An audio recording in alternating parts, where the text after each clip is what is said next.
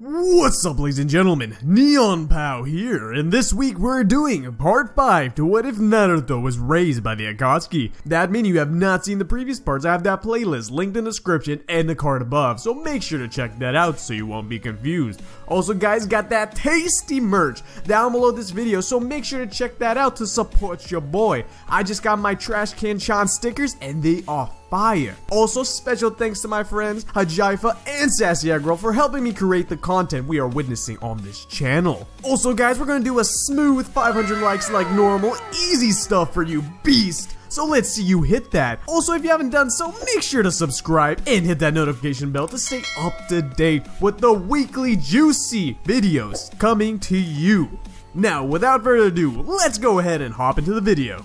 In the last episode, we left Naruto Uzumaki, an undercover spy from the Akatsuki, completing the second wave of the Chunin exams. Him and the other 8 Genin now will be moving on to the final grand battle, which will be spectated by hundreds of villagers from across the lands. After having gone through the preliminaries, the Genin are informed that they will have to draw lots to see who they will go up against for the first round of the finals. They get the results, but are told that the matches will not occur today. The higher-ups inform them that they would expect a fight in a month's time.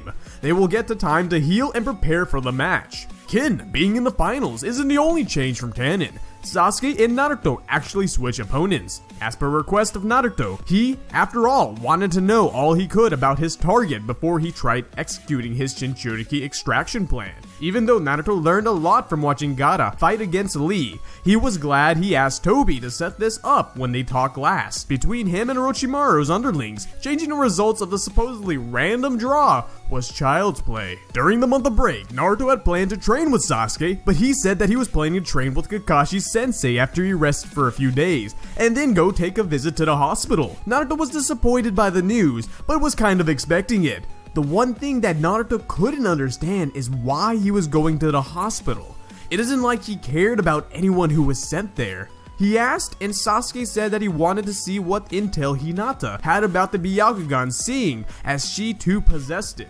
He hoped that maybe he could get some training with her if she was well enough, so he knew firsthand a generalization of what to expect when fighting against Neji. Naruto thought back to how flustered Sasuke made Hinata when he rescued her, and quickly added that she would certainly be well enough to help him out. Naruto was then stuck to figure out what to do with his month. Other than spy on the one-tailed Jinchuriki, Gaara, he was entirely at a loss, and decided that he should just go and get some ramen, something that has become a bit of a habit since he came to the Leaf.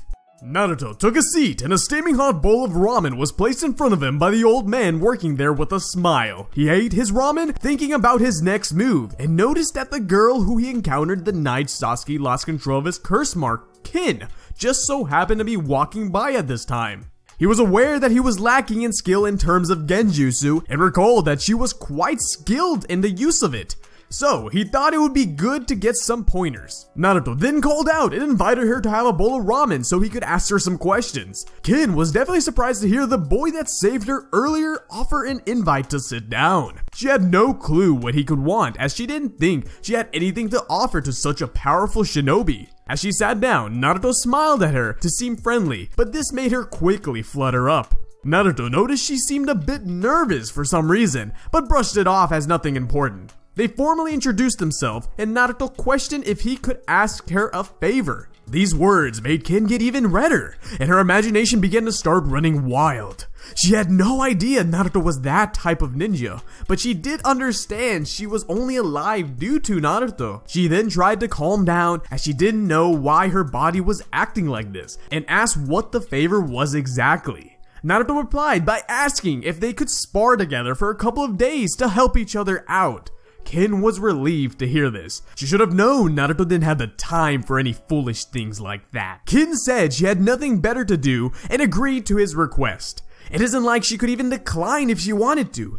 This boy Naruto just had this magnetic quality to him, and she was being pulled right in. After finishing the ramen, they sparred together and talked all the while. Naruto's understanding of Genjutsu grew a bit from the encounter, and he was even able to release some of the smaller ones she threw his way. Kin certainly found new ways to use her ability, seeing as Naruto quickly caught on to how her Genjutsu worked before. After a few hours, the two parted ways. As Naruto was wandering around the village, he noticed an old man doing some odd things near the woman's bathhouse. This man, being Jiraiya, saw Naruto walk by and asked if he wanted to do him a favor. Naruto didn't know this man, but he could tell he was quite strong from his aura alone. He thought that gaining his favor couldn't possibly be a bad thing for either of them. This ideal changed once he was asked by the old man to go into the women's section of the nearby bathhouse, transform into the most beautiful woman he could find in there, and let him inspect the transformation for research. Naruto asked why he was asking this of him and what he'd get in return for his troubles. Jiraiya said he's been doing it himself until recently, but due to his repeated attempts to peek at the forbidden knowledge he so seeked, he was banned from the bathhouse indefinitely. He needed this knowledge in order to write the next book of his ongoing series. He pulled out a copy of the book, and Naruto recognized it to be the book that Kakashi-sensei always read. Jiraiya added that, in terms of compensation, he'd give Naruto a copy of his masterpiece, and seeing as he had a ninja headband on, he'd give him one-on-one lessons, as he was a legendary Sannin after all. Naruto recognized the term Sannin once or twice before from Orochimaru, but never specifically knew what it meant.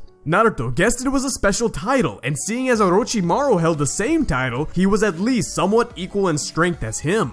If he could get such a powerful tutor, he could easily get a technique that would help him in his goals. Naruto agreed to the pervy master's request. It took a few minutes, but the deed was done and the sexy jutsu was born.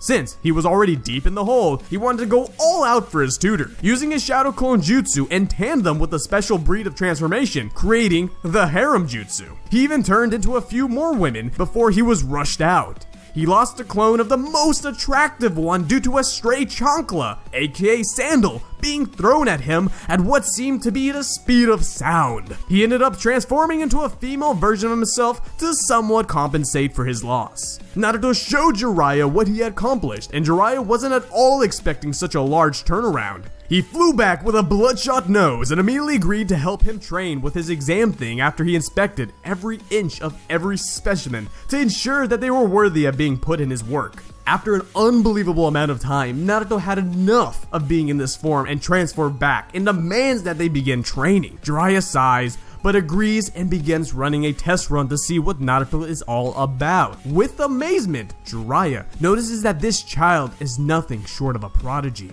On top of that, his chakra reserve seems to be endless.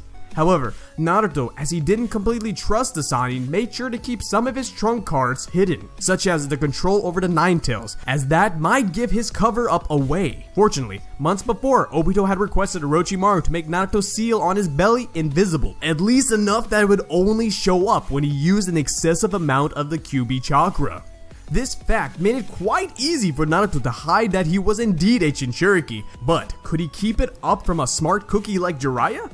For now, Jiraiya was just astonished by the kid's talents. He was left in awe when he saw Naruto had the ability to produce the Rasengan flawlessly. This of course raised the question where he learned such a technique, and Naruto told him his sensei Kakashi had shown him. This news helped lower some of the suspicion Jiraiya had on Naruto, as his power made more sense with Kakashi being his teacher. However, even with that, Jiraiya had only seen greatness on this level at such a young age once before, and that boy had a legendary dojutsu to aid him in his efforts. That boy being Nagato. Though not entirely impossible for Naruto to have learned what he has through different means, Jiraiya thought to himself, what if the two boys he was thinking about held some form of bond together? Jiraiya wasn't going to ask him now, but it was certainly on his to-do list. They trained until a week before the exams. Naruto had increased his power immensely in just a short time. He was even able to persuade Jiraiya, which wasn't too difficult with the Harem Jutsu, to teach him the Toad summoning jutsu he had witnessed him perform. Naruto then mentions he wants to see what progress his friends had made and that he should be going. Jiraiya lets Naruto know that he'll see him around, seeing as he plans to stay in town for a while, and that he'll be more than happy to hear all about his Chunin exam results. The pervy sage wishes Naruto good luck as the two split ways. Naruto first goes to check in on Kin. They both greet each other, and then Naruto asks if she's seen Sasuke around. Kin says that since yesterday, he had been training with Hinata, seeing as she was back to full health. Interestingly, he even took breaks from training to see her. He did say it was for training purposes, but Kin, being nosy, seemed there was something more to that than meets the eye. Naruto was completely shocked to hear that Sasuke was able to tolerate someone that he didn't have to be around, let alone going out of his way to see them. He would be sure to tease them once they got to where Kin said they were training. Just as Kin said, Sasuke and Hinata were sparring, but they've since fallen asleep. He was just going to wake Sasuke up, but it was the first time he had seen Sasuke so at peace. So, he decided to tease him some other time. Just as he was walking away, he felt a chill run down his spine. He had felt this ominous presence before, this cold, empty feeling, shallowly filled only with rage. He recognized it to be bloodlust. He turned around quickly, and although it was dark, he could still see him standing there, a ring of sand around him. His target, Gaara, seemed to be the one targeting him instead. Just as Naruto was about to prepare himself for the seemingly inevitable conflict, he stopped and stared into Gaara's eyes. They were as cold and empty as his bloodlust had been just moments ago. There was rage in his eyes as well. It seemed as though he was angry at so many things, yet couldn't do anything to help himself. He'd seen that look on many people before, Sasuke included, but he was so unfamiliar with such a gaze himself. As Naruto stared longer, it was as though Gaara's sadness and pain was screaming through his eyes, and he was using it as a defense mechanism. Naruto couldn't say he related to these emotions, not in the slightest. He didn't have such pain in his eyes. However, he now truly understood what Nagato had meant when he was lecturing him about the pain in the world. Gaara's pain told a story that he couldn't possibly be able to comprehend. If he could understand him, he could help him, but he couldn't. They may share some other traits, but not the ones that mattered the most: pain and suffering. Naruto himself barely suffered through any form of pain. Gaara's extreme emotions made Naruto's world crumble around him. Gaara ended up doing the same, dissolving into sand. Soon, not even that remained, and Naruto was once again the only one standing there in darkness. Naruto started crying, but he didn't know why. He just sat there, unable to even move for a while, until the sun finally broke the darkness. His fight with Gaara and eventual abduction was no longer one he was looking forward to. Both of these would cause pain to someone who had already felt so much of it already. The sorrow and sadness would be unbearable. What would happen if he looked at others the same way he looked at Gaara just now? How much suffering is in this world? How much will he cause in order to gain what the Akatsuki want? Naruto thought to himself if what he was doing was worth it, hurting someone already hurting to achieve the goals of the people he called his family. Naruto was emotionally conflicted and broken. And that's where we're leaving this part. Now guys, if you enjoyed it, please leave a like and your comments below, as I love interacting with you guys. But until next week, my peeps, I will catch you around. Much love, Neon out.